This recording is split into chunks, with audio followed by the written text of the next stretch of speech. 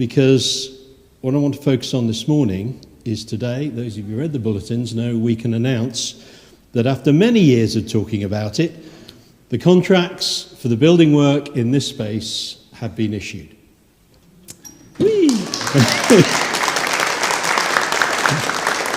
And we're expecting work to begin on the 28th of April. So, folks, it really is happening.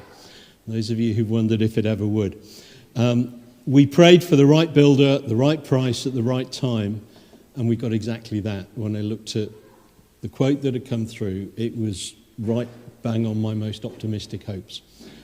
So we can be very pleased. God has been very good to us.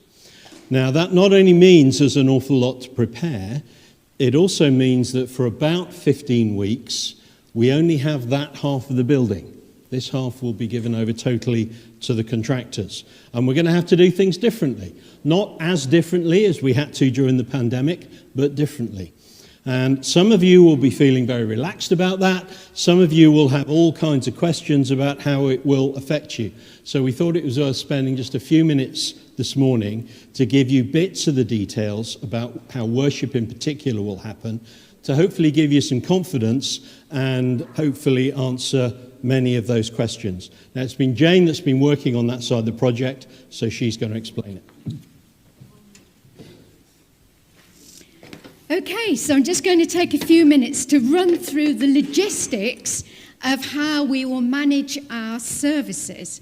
As Alan said, we'll be meeting in the church lounge, and in order that everyone who currently worships on a Sunday is able to access a service, we'll be having two nearly identical services, one at 9 o'clock and then the second at 10:30.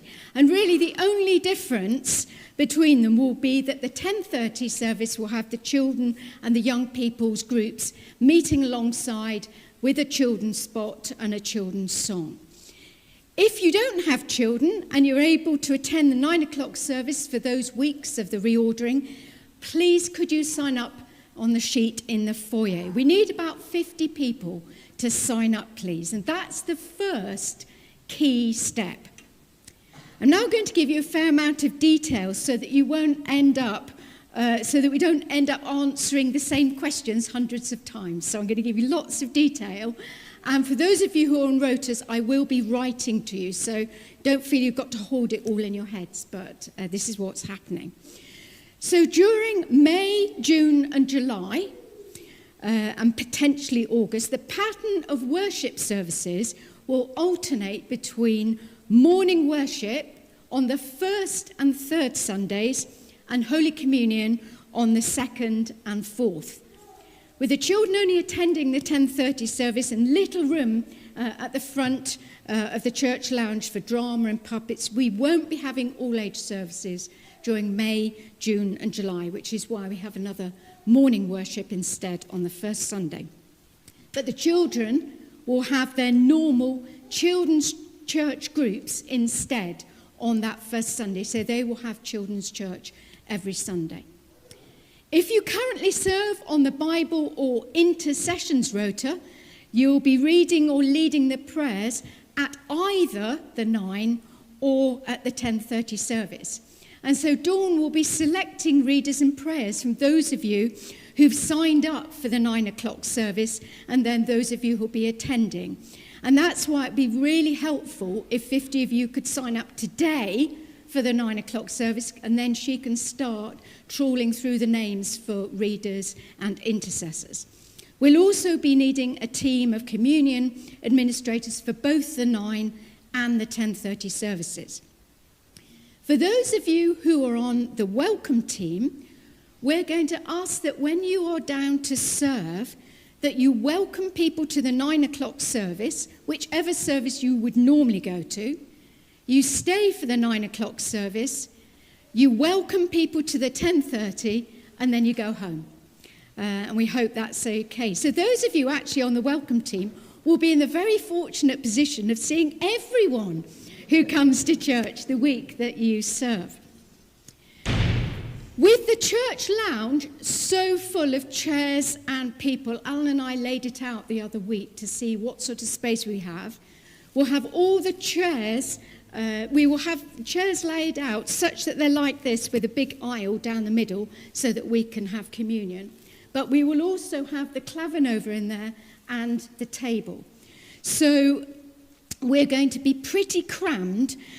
We've decided with the safety issues involved with serving hot drinks, we will not be serving refreshments after the services, but either encouraging you to bring your own drinks if you need to while we have a short time of fellowship. Alternatively, we'd like to encourage you to invite people back to your home for a coffee. And already one or two people have been saying, yes, we'll open up our homes. And maybe it will be an opportunity for us to go and have coffee with a few different people during that time. So that's what's going to happen with coffee. Now, you see, one big issue that we're going to be facing is two-way traffic exiting and entering the car park between the services. Normally, the traffic is all going one way. But having two services, we're going to have two-way flow with a much reduced car parking space with the contractors needing some of it. So in light of that, we actually need to end the 9 o'clock service fairly promptly, and for those of you to attend to actually move out so that 10:30 people can then come in. But we're also asking a few of you, if you'd be willing, to volunteer to help manage the flow of traffic in and out of the car park between the services. So between 10 and 10:30, if we could have a few people saying, yeah, I'll help manage the traffic flow, that would be amazing. We're also asking that the car park is only used during that time for those of you with mobility issues or with children during the reordering weeks. Because, as I've said, the car park is going to be considerably reduced. If it helps, we can get 4 cars on the Vicarage Drive. That will also be available. But for most of us, we'll need to just find somewhere around to park. We're hoping to continue to provide the opportunity to receive prayer ministry, and that will take place from the end of the 9 o'clock service, so round about 10, between 10 and 10:30, the start of the 10:30 service. So if you're serving on the prayer ministry team, we're asking you to arrive ready to pray for people from 10 o'clock until 10:30 on the front row. That's what we thought we'd do, on the front row of the seating. If you serve on the vision team, we will need you to record the 10:30 service, or we may live stream it. Alan is working out a simple way of doing that with Aaron at the moment. So you won't be needed for the 9 o'clock service. For the few weeks that we're going to meet in the church lounge, we're going to be using good old-fashioned liturgy cards. So we won't be using the PowerPoint because it only takes a few rows of people standing up fairly close together that you won't actually see the screen. If you've got someone the height of Alan in front of you and someone the height of me, then you're not going to see a thing. So we're actually going to give you a liturgy card as you come in to follow through the service, and we'll be printing off a small printout of the words for the songs. If you serve on the sound team, we will need you to set up the few microphones that we'll be needing in there in time for the start of the 9 o'clock service. And then we will clear away, Alan and I will clear away at the end of the 10:30, so we'll need you to be there for the 9. With all the extra work involved next term, we'll also not be having an evening service on the first Sunday of May, June, or July. And then finally, each Saturday, during the reordering at 6 o'clock, we will be setting up the church lounge with 70-plus chairs, getting everything out and ready for Sunday. So we'll be putting out a sign-up sheet each week for you to sign up. Just half a dozen people coming for half an hour.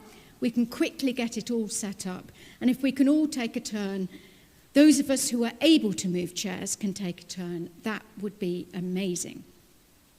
A number of people will be serving at both services each week.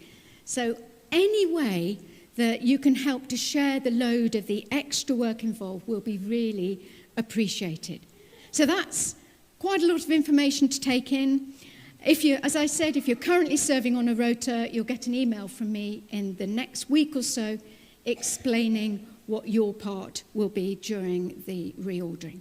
So I was just going to make room for a couple of minutes for any questions. If you put up your hand, Alan can come to you with the handheld microphone. So no question is too simple or stupid. If you've got any questions about what we've just shared or anything else that you think, what about? Any questions? If I signed up for the 9 o'clock, but then brought my grandchildren, or have my grandchildren with me, does that mean that I can just swap? Yes. The 9:10:30 isn't the law of the Medes and the Persians. It's just that we reckon we'll have a few spare seats at each one. But if we've got 50 people who say, I'm going to get to the 9 o'clock, we reckon we'll manage it. Yeah. And a lot of it, by week 2, we'll think, we need to adjust this. Yeah. We're going to learn as we go along. Yeah. But there is flexibility, is basically what we're saying. Yeah, absolutely. Any other questions? What about Tuesday? Tuesday will stay the same. Except you'll be meeting in there. You'll be meeting in the church lounge and around the tables as we did once before, but it will be the same service. All the other groups will be meeting in the same way in the church lounge.